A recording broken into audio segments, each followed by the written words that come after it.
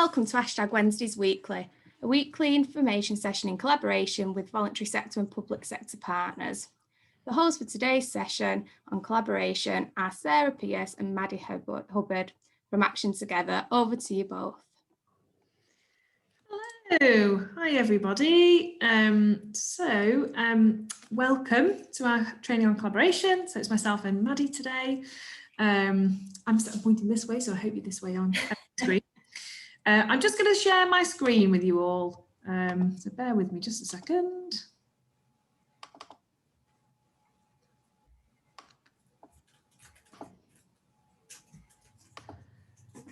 Lovely. So welcome to our collaboration session. So just to give you a bit of insight, this is kind of an intro about the benefits of collaboration and co-production and some key sort of tools and ideas that you can use in your workplace, that you could use in a thematic forum, or if you have any services. So there's a few different ideas we'd like to share with you. I'd like to go through a couple of definitions first of all, just so I can make sure we're all on the same page. And I'm just going to move a few things on my screen so I can see them. So we've got collaboration, which is two or more people or teams working together towards shared goals. So that's what we mean by collaboration in this particular workshop. Co-design, so designing things with the people who'll be making, using and experiencing them. Co-production, designing, doing and evaluating things with the people who will be using and experiencing them. Cooperative, everybody involved in the cooperative shares the risks and the benefits of the work involved. So,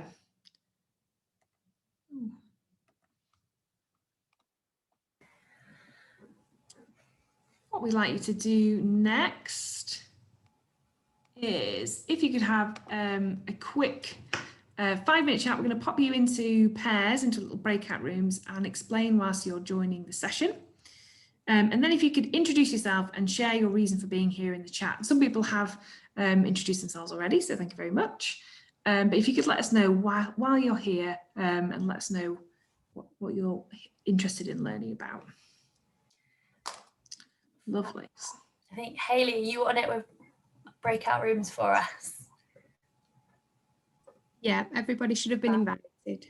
Brilliant. Thanks. We'll see you in 5 minutes. Bye.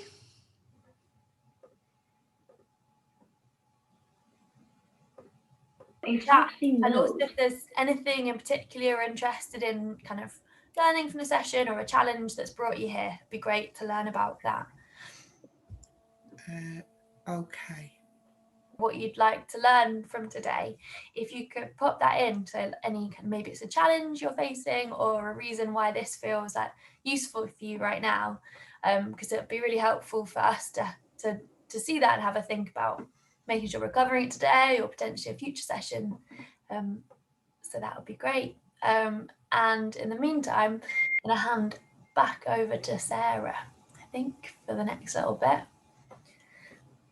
Hey everyone. So bear with me and I'll just share my screen again. Hold on. Welcome back. Here we go. So whilst you're introducing yourselves in the chat, I'll just keep going. So bear with me. So one of the things we wanted to introduce, and something that's a really good idea to start collaboration, a place of collaboration from, is the ladder of participation. So sometimes it's called the ladder of participation, sometimes it's called the ladder of co-production. It's all kind of the same thing, really. And it'd be really interesting. We'll go through a little bit more about these definitions, but essentially these top two are about doing with. So doing with the people that are receiving that service or who are part of that idea, if we're speaking really broadly. And it's an equal and reciprocal partnership. And that's co-production and co-design. Engagement, consultation, informing are doing for. So you're working for those people, you're doing for those people, but they're not doing it with them. And the last one's educating and coercion, and this is kind of doing too. So you're not really working with them or for them, you're sort of trying to fix something or putting something on people. So a really interesting question to ask yourselves as a group, however you might meet to kind of use these tools, is where you think you are and where you'd like to be. And as a bit of a tip, people always kind of say, yeah, no, we're definitely up here. And then when they think about it, quite often people find that they're around this doing for bit. So to go through it a little bit more in detail, co-production, I would describe as an equal relationship between the people who use the services and people who are responsible for a service or an idea or a program. And they work together right from design to delivery. So they're involved in strategic decisions, policy decisions, and the best way to deliver the project. Co-design is quite similar. And again, it's people who are involved in the service or the program, and they're designing it, but they're not involved in from the beginning to end, not seeing it through, if you will. Engagement is about giving people opportunities to express views and influence some decisions. And consultation, this is a very common one, is anybody who attends or uses a service or program has to fill in surveys or attend certain meetings, can be consulted. But this could be tokenistic if this actually doesn't lead to change, if this isn't used. Informing, telling people about how a service works and why it's been designed a certain way. Educating, again, helping people to understand something, to understand the service and delivery, but not necessarily why. And then coercion is where you're just told what it is. So you might attend an event that says, this is a new service that's happening, this is how it's going to run, this is how it's going to go. And you're not consulted, your views aren't really taken into account, and therefore it's very rigid, there's no way to change it. So there is a place for all of this. So for example, if you were designing a new sort of GP area, you can use co-production and co-design. You could think about how you want that seating area to work. You could think about how you want to be engaged, how people want to feel when they're in that space. And you could work with the people that access that doctor's service right from the beginning to the end of that.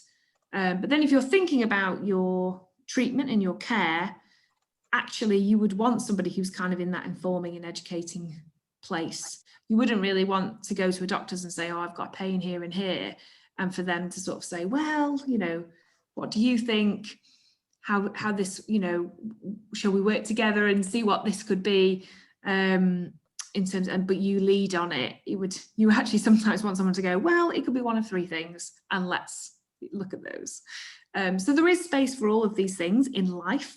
So it's not always the best time to be in this sort of blue area at the top of the ladder. It's about understanding when to use these different ways of doing, basically. So moving on, cooperative engagement. Yes, I can chat about this one. So this was something else we wanted to mention. It is, in Rochdale in particular, cooperative engagement is the way that the council, the NHS statutory services kind of think about how to engage with people and communities, but in collaboration with the voluntary sector. I think the reason it's helpful to think about it in this session is because it shows how, even if you're only giving information to communities, there's still so much collaboration that can happen in how you do that, whether it's what the message is, what channels you're going out through, who gives that message. You need to understand the people that face the most barriers and all the kind of diversity of the place in order to be able to do any kind of information giving involvement or the kind of deepest co-production level. And so that's why we thought it'd be worth mentioning that just as, you know, there's value and a time for each level of the ladder of participation, equally, whatever you're trying to do, whether it's on the terms of communities, whether it's on the terms of the statutory sector, there's still space for collaboration to get the best possible outcomes, because no one person has all the knowledge. You know, there's huge amounts of value in lived experience, in professional experience, in learned experience, in all these different ways of knowing things. And it's only by creating space for them all to kind of come together in a melting pot that you can get the best outcomes. So there's actually a page on our website about cooperative engagement, which kind of says a bit more about it as a method, which might be helpful. I can put in the chat in case people are interested in learning more. And there's also a Wednesdays Weekly that happened last week that says more about it, if you're interested. But yeah, so the next thing we wanted to talk about is about what it feels like to kind of have a culture of collaboration, and what the kind of enablers of collaboration, what kind of lifts us up or what drags us down, what gets in the way of that. So we thought we'd start by kind of individually just having a moment to kind of think about your own experience of collaboration, either in teams you've been in or personally in the past. And when has it really felt like you're on the same page? It works really well. Together you've created ideas that individually you'd never have been able to. And when has it just not worked at all? No one is able to communicate properly. There's all these barriers in the way. It ends up just being tense or political, or just something goes wrong and it doesn't work. And then once you've had a moment to think, we're going to kind of, as a group, get some ideas down and see if we can spot any patterns of the kind of cultures of collaboration that we might be able to create. So yes, give you a minute just to have a think, maybe get a piece of paper in front of you to scribble down or something. And Sarah, if you stop screen sharing, I'll put up Miro.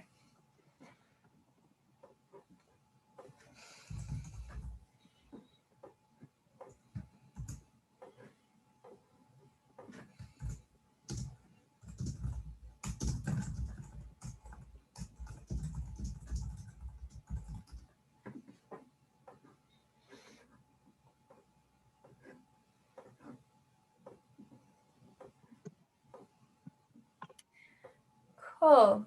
Does anyone have something they'd like to go first with? Anyone got any initial thoughts?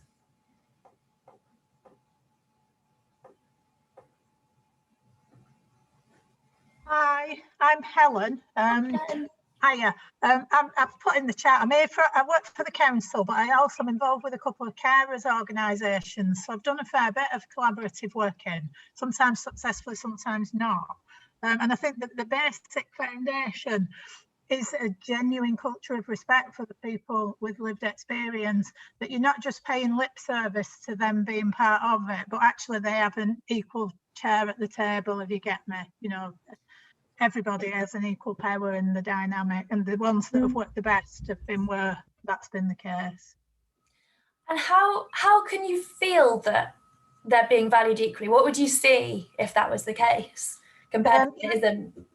Your opinion is taken on board. You know, you are viewed as a valuable contributor. Your suggestions find their way into whatever is being delivered, and sometimes it's brilliantly done, and other times, as I said, if you're just there to tick a box, it's a waste of everybody's time, really. Brilliant, thank you. Anyone else? Either something good that they've seen or horror stories, really bad collaboration that we can learn from absolutely not doing it like that. And feel free to put it in the chat. There's a good one here from Lisa about when everyone's clear about what the roles and responsibilities are. So it drags you down when roles and expectations are blurred.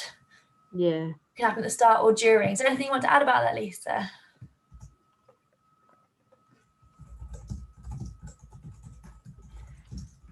Or anyone else experience something similar? Can I talk? I'm sorry. Yes, please do. Yeah. Sorry, I just don't want to jump in. So it's I don't know, like how I had this experience, and I'm quite aware that this is quite unusual experience. Not many organizations actually had the chance to go through like working consciously in the collaborative way. So most of our organizations are actually structured organizations, and they not fully collaborative organizations. We might use some of the techniques, and this is what is the point. So I have a chance of working in a fully collaborative model organization. However, it wasn't made from scratch. So we transferred from highly structured organization where there were very clear roles into the fully collaborative model. I'm not saying so that, like, for instance, some people have some skills and they use those for the jobs which they should be doing. However, we've been really collaborating. And what you've asked about, what drags you down, I think this is not the right way. I don't want to say it's a wrong way of thinking. No, that's fine. But there is something about the collaboration. If you dedicate yourself to it, you have to do it, and it's going to be painful. Because that means that you allow a space for other people to have their opinions, and you're working together to get a common voice out.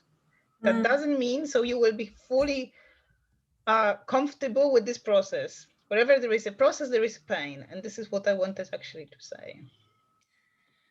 Yes, it's almost about, there has to be that trust in the room that you're willing to be part of that common voice. The trust magically doesn't appear. The trust comes with the experience, and it will be very uncomfortable to transfer to this position when we can actually, you have to go through certain amount of problems unless you starting a collaborative model organization with your best friends, which you know that they all have the same sort of set of values.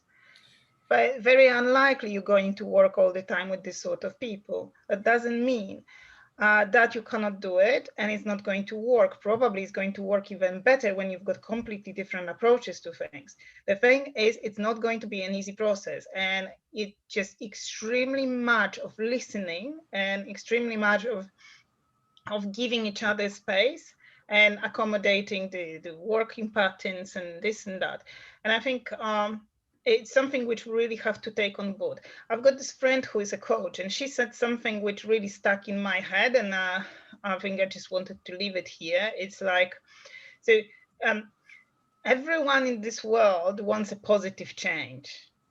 The thing is that people do not want to change because this is a process, and changing is difficult. So as I think this is something which we have to take in consideration when we're talking about collaborative. It's you either do it, either you don't do it. Thank you. Yeah, that's really helpful. Thank you.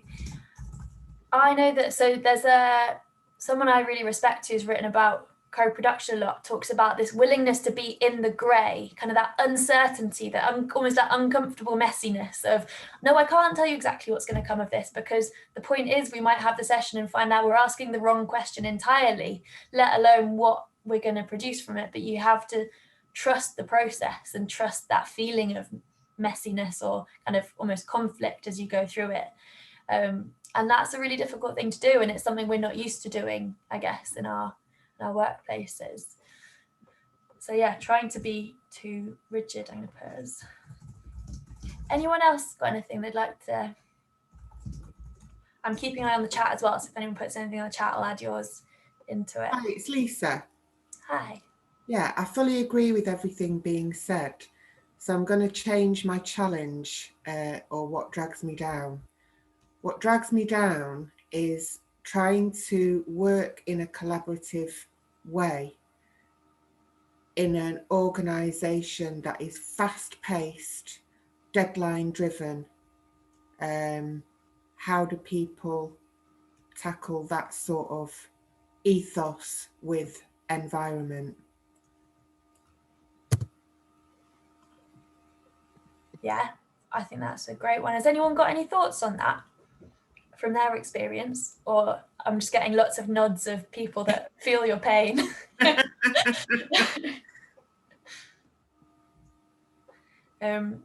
I think hopefully some of the tools and ideas that me and Sarah will share later will help with that to some extent.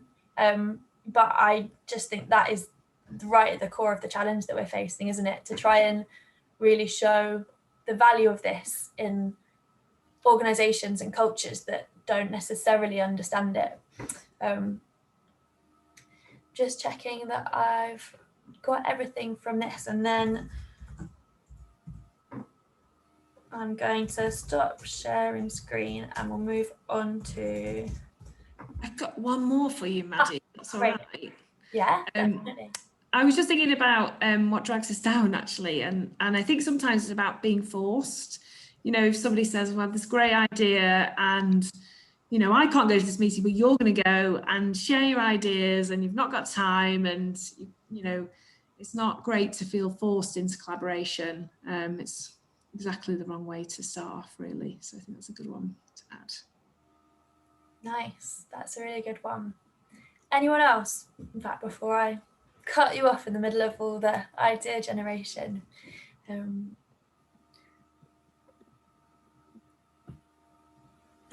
fab, that was great. So I'm gonna stop sharing, I can see all your faces. And great, if we go on to the framework next. And this isn't kind of a definitive, this is how to do it, or us kind of saying that we're experts. It's just a way of thinking it through that we've found helpful, that we're kind of offering as something that you might find helpful too. Brilliant. So we've called our framework for collaboration Head, Heart and Hands. So hopefully you're really familiar with this kind of setup of thinking about your head and what your heart needs and what your hands can do. This is thinking about the culture, the facilitation, the power dynamics, all different things involved in collaboration. So the head, what do people need to know? So before you're thinking about collaboration, there needs to be some planning, there needs to be some communication, and think about the when, the where, the who, and letting people know kind of what the collaboration is going to be focused on. Even if you don't exactly know the outcomes of it, people need to know what's in scope, what can and cannot be achieved by collaboration, and what those sort of boundaries are. So people can get really excited beforehand and be like, great, we're going to redesign the whole service. I'm so excited. And then when they find out they're actually concentrating on a small element of that, then they can lose that enthusiasm, and actually that enthusiasm might be a little bit misplaced. So it's also about identifying resources as well, so really planning beforehand, so thinking about who are the staff involved, who's going to manage this, what funding you have to put towards this, what the timeline is, and remember that if people are involved it will take longer than if you're having decisions made at, say, a kind of strategic level. If you're involving people, especially that are using a service or a program, it will take time, and but there will be many benefits from that. But just make sure you understand that. Understanding your role in all of it. Are you somebody who's going to be the facilitator? Are you somebody that's going to make sure the background kind of works and everybody knows where they need to be? Thinking about who you have in the room, and we were talking earlier about not feeling forced to be there as well, making sure there's a really good mixture of people as well. If you get, you know, all the same sort of people who think the same way in a room, they're going to come up with an answer maybe fairly quickly, but perhaps it's not going to benefit a variety of people. And thinking as well about everybody's strengths and weaknesses and what skills and qualities they could offer. So everybody has strengths, everyone has weaknesses, but it means everybody in that space can still contribute something, and they should feel like they can do that. So moving on to the heart. So how do people need to feel? So to be able to do that sort of contribution, people need to feel confident. They certainly need to feel valued, open, relaxed, tolerant of other people's views and values. So how do you kind of do that? You need to think about setting the scene, and even online, you know, considering identity, who's in the room, who's going to feel, you know, that they've got that time and energy and space. So for example, a lot of our meetings that we run, we ensure that they're not around the school run time, although this isn't an issue at the moment. It is an issue for a lot of people who are based at home and then going to do the school run. So it quite often feels like they're capped with stress, so they're keeping an eye on the time because they're going to go and pick up their children from school. Thinking about code of conducts, you know, people talk about terms of references for, especially for meetings, but if you're thinking about a code of conducts, that's a set of behaviours that you're all encouraging to be in that space. And it really, really does help to make sure that everybody's contributed and you're talking about how you want to be together. And that can be really, really useful as a starting point. And it also can be really useful when that code of conduct, for some reason, perhaps those boundaries are a bit pressed or somebody violates that. You can always bring that back and be like, this is something that was agreed at the beginning. You know, this is how we need to be together and this is how we need to act. And there's always times you can review that or, you know, make sure that that's adapted as well to how you're kind of going along.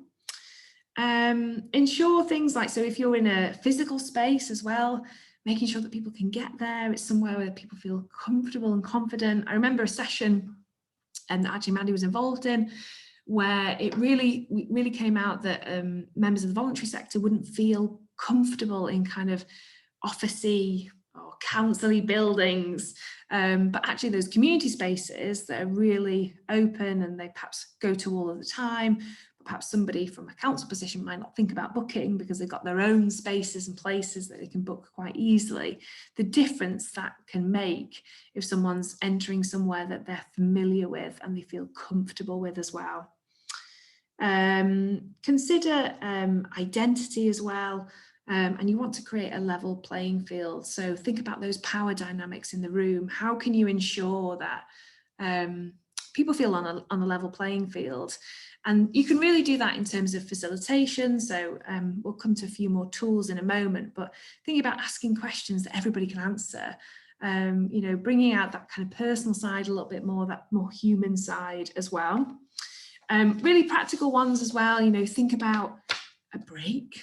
If you're asking people to kind of share their stories, share their ideas, thinking is really draining as well. It's not just moving out and about. So giving people time to have a little break. And also that's really nice time to for people to chat and get to know each other a little bit more. Collaboration will be so much easier if people feel at ease with each other and they know each other as well. And sometimes they can get chatting and will feel more comfortable about bringing an idea to the table. And also thinking about kind of having that check-in and a range of different kind of exercises to bring out people in different ways. So if there's people that aren't as chatty, you know, how else can you make sure that quieter people ensure that they give their ideas as well? So it's really making sure that people feel that comfort and that ease to share. So sort of lots of different tools and exercises that we can share with you, but we'll move on now and Maddie will talk about hands. Fab. Yes, so we've done what people need to know and how they need to feel. So the hands is kind of what do you need to do in the space together to really enable good collaboration? And I think, so there's a lot of organisations out there that have their kind of purist model, which are all really helpful, and they would say they're quite directive in the way you go about it. Personally, I'm much more of a magpie when it comes to facilitating collaboration. I think actually borrowing good ideas from lots of places and trying them out is the way to go. And there's some online tools that I've found really helpful as part of my like magpie gathering things from different spaces that I don't know if you might have come across or not, but just going to share them in case they're helpful to you. So one is this website called Liberating Structures, which I'll post in the chat, and it's a huge range of tools for facilitation ideas, specifically for helping people break out of their normal ways of having meetings, the normal power dynamics, the normal structures, the conversations that go round and round again, and kind of putting them into different situations which spark a different level of creativity. So ones I often use are things like 1, 2, 4 all, where you get, if certain people are dominating in a room, instead of just having 2 people have a conversation with each other and the rest of the group be silent, you're really validating the knowledge that each person has, giving them a chance to think individually, to refine their ideas in pairs, in groups of 4, before they share them with the whole group, so the quality of the ideas coming out are much greater. And Liberating Structures has a huge number of really helpful ideas like that on there, and I'd really recommend having a play with it.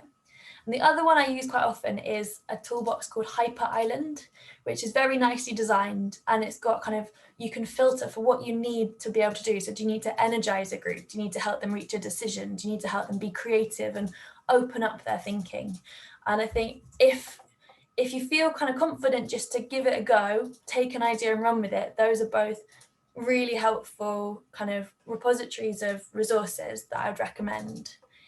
If you think maybe it's a bit of a step before that, like you want to kind of think a bit more deeply about how to create that environment for groups to think and work together well, I'd really recommend a book called Time to Think, which is about how do you create a thinking environment and democratize a space and help people work together. So some of their really useful ideas are making sure you do an opening round at the start so that every single person has spoken and answered a quite simple, positive question.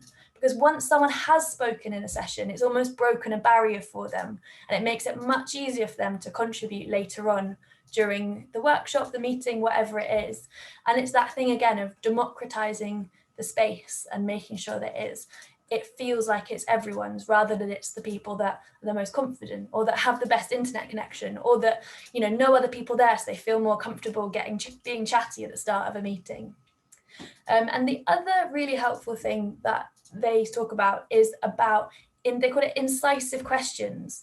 And it's basically an idea for how do you design a question to help people collaborate, which removes the assumption they have that's getting in their way.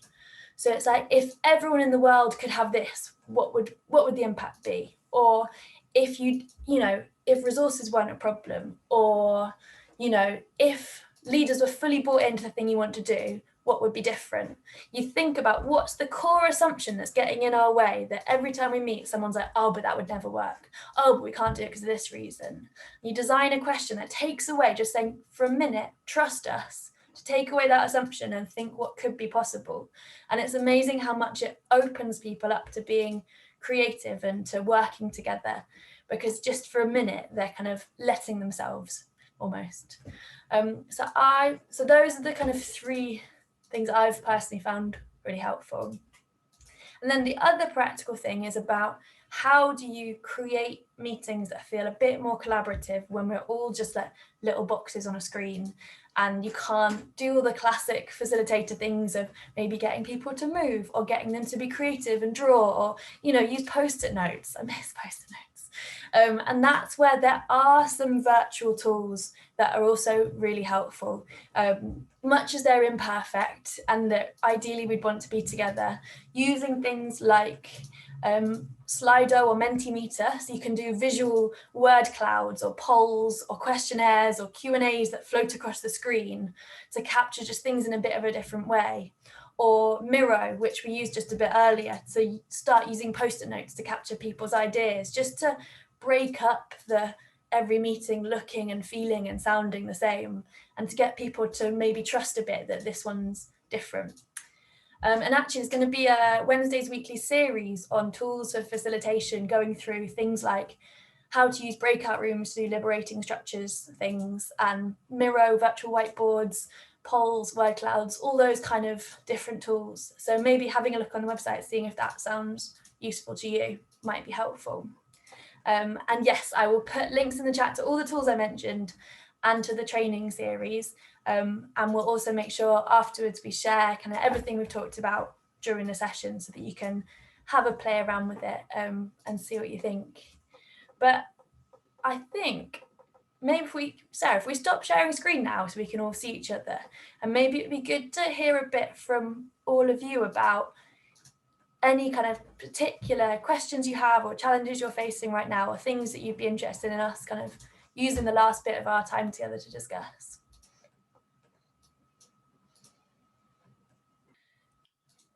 Yeah, no, absolutely. It's so tricky, isn't it, when these words go from being something that's almost part of the fabric of particularly the voluntary sector, just our instinct and the way we work, into being buzzwords that you have to use or you won't get funding. And then they become meaningless because it stops being the only way we're going to do this right is if it's with the people that we, that want to access it, or that, this is about, and the people closest to the problem. And it becomes, if we're going to get this money, we have to use certain words, and then we have to find a way to kind of justify it. And that's just the wrong way around. And it's frustrating, isn't it, that's how the bid writing thing goes. But I think, yeah, definitely in terms of doing co-production right now, it's hugely challenging. The idea of how to build new relationships or reach people or create equal spaces virtually is just so much more difficult. But there are examples of it being done well. So, for example, the Greater Manchester Homelessness Action Network has been holding open spaces throughout the pandemic and have used things like legislative theatre, so really creative engagement methods to democratise decision-making and tell stories in different ways and engage people that would never have engaged otherwise. And I think there are exciting things we could point to, but it's not anywhere near as much as you'd want to see or would be possible if it wasn't a global pandemic. Absolutely. I think just to add a tiny bit to that is about ensure if you are, knowing where you are on that kind of ladder of participation as well. And then if you are, particularly if you're in co-design or co-production, it's about emphasizing that process rather than the end result. So like with the homelessness network and all the activities they're doing, it's ongoing. So it's not about you have all of the answers. It's about a lot of funding these days is about showing how people are involved, and you're showing that by, in a way, not having all of the answers, but showing that process as well. Definitely. I'm going to mute now because my puppy is kicking off. Just trying to find a link to the Homelessness Action Network. I think there's a video of their performance. Any more thoughts, questions, things that you found helpful that I would like to share?